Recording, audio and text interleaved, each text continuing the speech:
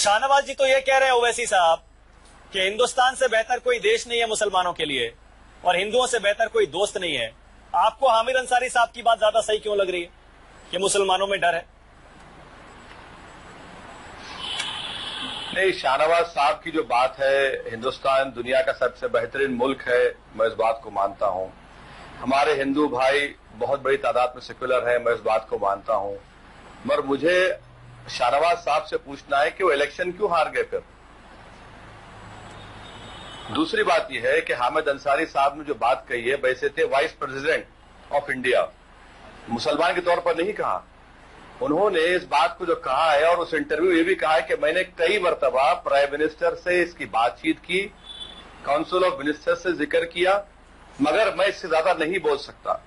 और अगर एक मुल्क का वाइस प्रेसिडेंट ये कह रहा है कि मुसलमानों में एक सेंस ऑफ इनसिक्योरिटी है, तो ये सरकार का काम है कि उसको राइट स्पिरिट में ले और उस पर तवज्जो ले, उसका इंट्रोस्पेक्शन करे और करेक्टिव स्टेप्स ले। और तीसरी बात यह है कि वाइस प्रेसिडेंट ऑफ इंडिया को इख्तियार है अपनी बात रखने का। चौथी बात यह कि वाइस प्रेसिडेंट ऑफ इंडिया ने अपने 10 साल के टेन्योर में 530 स्पीचेस दिए हैं। और मैं शाहनवाज साहब से पूछूंगा कि इंडिया फाउंडेशन तो कोई मुसलमानों का नहीं है, वो तो आपकी आइडियोलॉजी आरएसएस का इंडिया फाउंडेशन है। इंडिया फाउंडेशन ने मार्च 26 को इस साल हामिद अंसारी साहब को बुलाया कि काउंटर टेररिज्म पर आप स्पीच दीजिए, और हामिद अंसारी साहब ने एक स्कॉलरली स्पीच दी। हामिद अंसारी साहब को स्किल डेवलपमेंट बुलाया तो उन्होंने मिस्टर प्राइम मिनिस्टर मोदी के उस जुमले को कोट किया जो लाल किले से उन्होंने कहा था। तो आज अचानक हामिद अंसारी की इस बात को इतना बड़ा कंट्रोवर्सी क्यों बना रहे हैं? अगर वो सच्चाई बोल रहे हैं तो सरकार का काम है कि ठीक है, हम इसका नोट लिए हैं, हम इसको प्रोब करेंगे।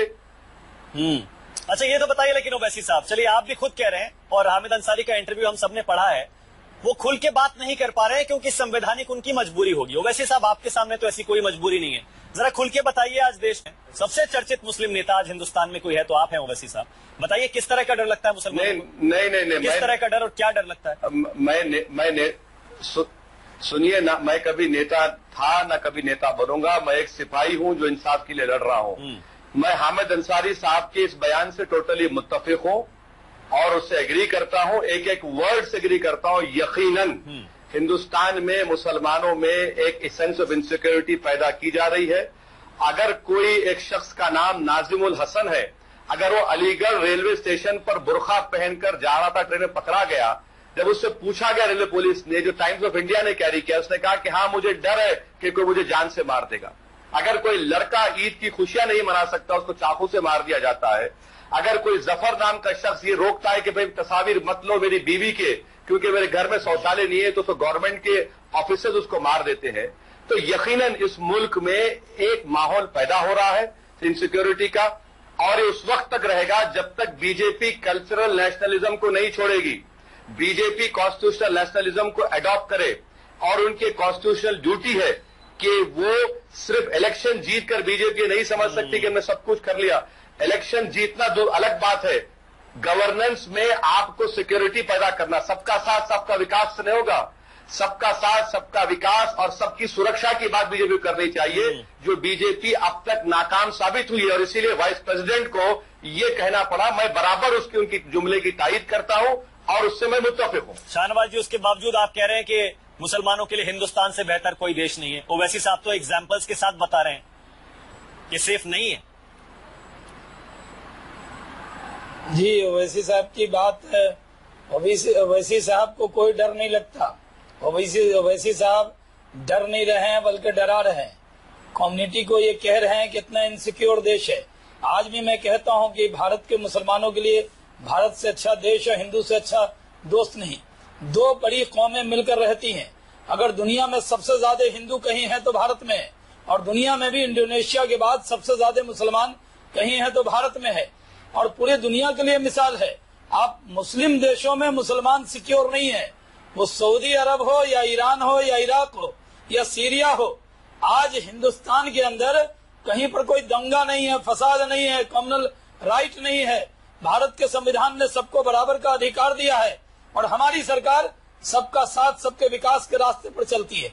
एक नहीं अनेक बार प्रधानमंत्री ने कहा है कि जो लोग कानून को हाथ में लेंगे, जो मजहब के नाम पर किसी को परेशान करेंगे, उसको बख्शा नहीं जाएगा। मैं कह सकता हूँ, क्या ये आंकड़े हैं कि आजादी के बाद जब इस देश का बंटवारा हुआ, जिन लोगों को जाना था पाकिस्तान चले गए, जब खून की नदियां बह रही थी तब लोग डरे नहीं, तब हिंदुस्तान में रह गए और ये मान कर रहे वो कोई सेना, पुलिस या कांग्रेस के नेताओं के भरोसे नहीं रहे, वो हिंदुस्तान के मिट्टी में जो खुशबू है मिलकर रहने की, उसके वजह से रहे। अगर जो ओवैसी साहब ने 3, 4, 5 नाम गिना दिए, ये 3, 4, 5 नाम होंगे। हिंदुस्तान में तो हर साल हजारों मुसलमान दंगे के नाम पर मार दिए जाते थे। आज कोई दंगा नहीं, फसाद नहीं। इसलिए फियर मत पैदा कीजिए। जहाँ तक बात है हामिद अंसारी साहब का, वो आज भी राष्ट्रपति हैं, वेंकैया जी के ओथ लेने तक उपराष्ट्रपति हैं।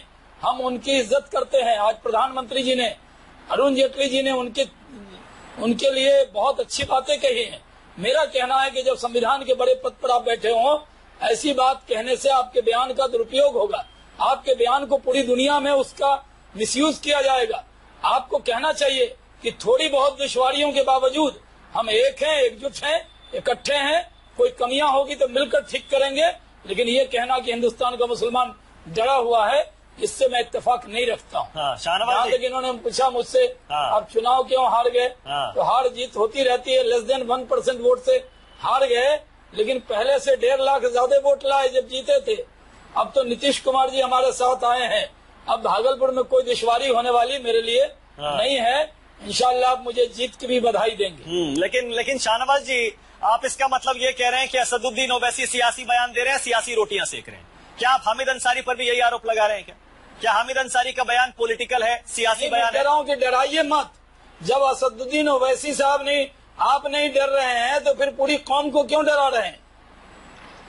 मैं फिर से पूछ रहा हूँ, खुदा से डरिए और किसी से मत डरिए। मैं फिर से पूछ रहा हूँ शाहनवाज जी, क्या हामिद अंसारी का बयान सियासी बयान है? क्या ये पॉलिटिकल स्टेटमेंट है?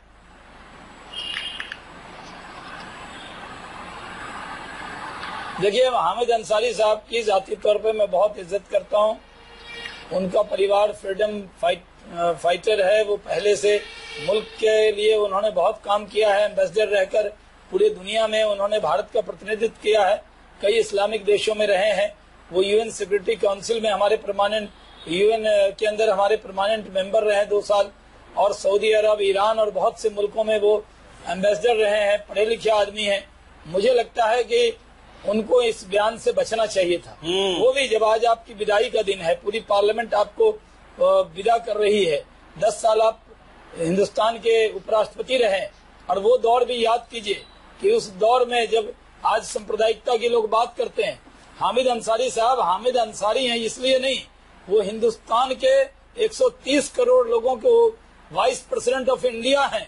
उनकी जबान से कोई ऐसी बात नहीं निकले जिसका मिसयूज दूसरे आप मिसयूज कर रहे हैं। ओवैसी साहब, उनको अदब के साथ, ओवैसी साहब, आप हामिद अंसारी के स्टेटमेंट का मिसयूज कर रहे हैं, अपनी सियासी रोटियां सेक रहे हैं। ओवैसी साहब, क्या आपको भी डर लगता है क्या? ओवैसी साहब, सवाल ये भी है। आप एग्जाम्पल्स बहुत सारे दे रहे हैं, लेकिन ओवैसी साहब, क्या पर्सनली, निजी तौर पर आपको भी डर लगता है क्या? जिस दिन मुझे कोई गोली मार देगा या मुझको खत्म कर देगा, उस दिन आप लोग बैठकर मातम मनाइए टीवी एंकर के तौर पर। आपको मैं बता रहा हूं कि आप मेरी मिसाल मत दीजिए।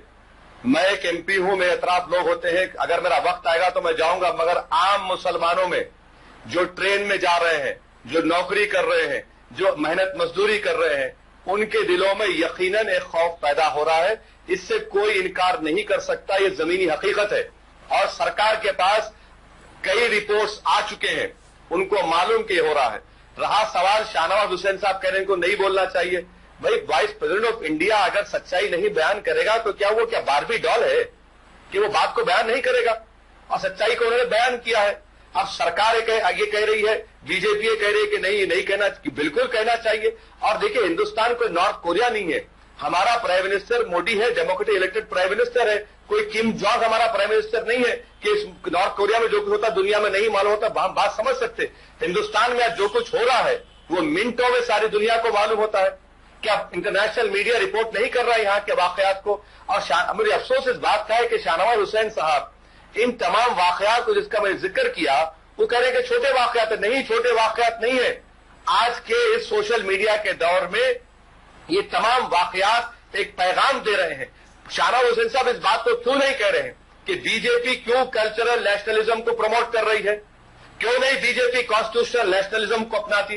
आप सबका साथ सबका विकास की बात करते हैं, अरे सबका सुरक्षा की तो बात करिए। आप क्यों इन तमाम चीजों को रोक नहीं पा रहे हैं? ओवैसी साहब, और डेलिबरेटली ओवैसी आप साहब, एक ओवैसी आइडियोलॉजी साहब, को प्रमोट, ओवैसी सुनिए साहब, मेरी बात, मेरी बात सुनिए। आप डेलिबरेटली एक आइडियोलॉजी को प्रमोट कर रहे हैं जिससे पूरे मुल्क में खौफ की फिजा पैदा हो रही है। और अफसोस इस बात का है कि एक वाइस प्रेसिडेंट ऑफ इंडिया के ऊपर तमाम बीजेपी के लोग उंगलियां उठा रहे हैं। इससे बड़ी बदबख्ती की बात नहीं हो सकती हमारे मुल्क के लिए। ओवैसी साहब, पहले तो मैं ये कह दूं कि हम आपकी लंबी उम्र की कामना करते हैं।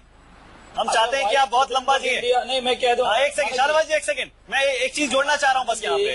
लोग ये भी थोड़ी एक बात कह रहे हैं, क्योंकि ओवैसी साहब, एक सेकंड शाहनवाज जी, ओवैसी साहब, बहुत सारे लोग ये भी कह रहे हैं हामिद अंसारी ने अगर वाकई संवैधानिक पद पर बैठकर अपनी अभिव्यक्ति की आजादी का इस्तेमाल किया है तो ट्रिपल तलाक के खिलाफ क्यों नहीं बोल रहे हैं? वो ये क्यों कह रहे हैं कि ट्रिपल तलाक का मामला मुसलमानों पर ही छोड़ देना चाहिए, जबकि सुप्रीम कोर्ट में वो मामला जा चुका है?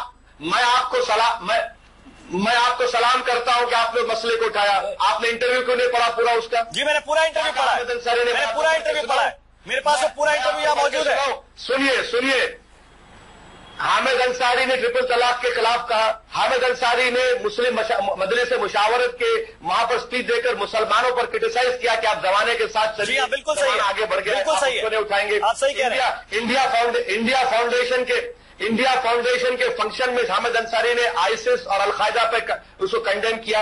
हामिद अंसारी ने 530 स्पीचेस है, स्कॉलरली। मेरे पास उनका पूरा इंटरव्यू है ओवैसी साहब, अगर पढ़ेंगे पूरा इंटरव्यू पढ़ा है मैंने उनका, पूरी तैयारी के साथ आया हूं। हामिद अंसारी ने कहा मुसलमानों के समुदाय के अंदर से ट्रिपल तलाक के खिलाफ आवाज उठनी चाहिए, यानी कि कोर्ट ने इंटरवेंशन किया, गलत किया। इसका मतलब संवैधानिक पद पर बैठकर क्या आपको लगता है ये सही है? नहीं। सुप्रीम कोर्ट के किसी फैसले पर इस पिटीशन को एडमिट कर सुनवाई करने के फैसले को गलत बता रहे हो? क्या आप ये समझ रहे हैं कि हम नॉर्थ कोरिया है? आप ये कह रहे हैं कि हम सद्दाम हुसैन का रजीम है, मोदी का रजीम नहीं है? क्या किसी को कहने का अख्तियार नहीं है कि सोसाइटी में रिफॉर्म होना चाहिए? क्या कोई ये नहीं कह सकता? आप बोल दीजिए कि डेमोक्रेटिक राइट्स खत्म हो चुके हैं। और खास तौर से अब आप बात को घुमा रहे हैं, अब आप बात को घुमा रहे हो वैसे साहब, अब आप घुमा रहे हैं बात को। आप कह दीजिए ना। नहीं, घुमा नहीं रहा हूं सर, गोगली तो आप डाल रहे हैं, मैं उसको 6 रन के लिए मार रहा हूं। नहीं शाहनवाज जी,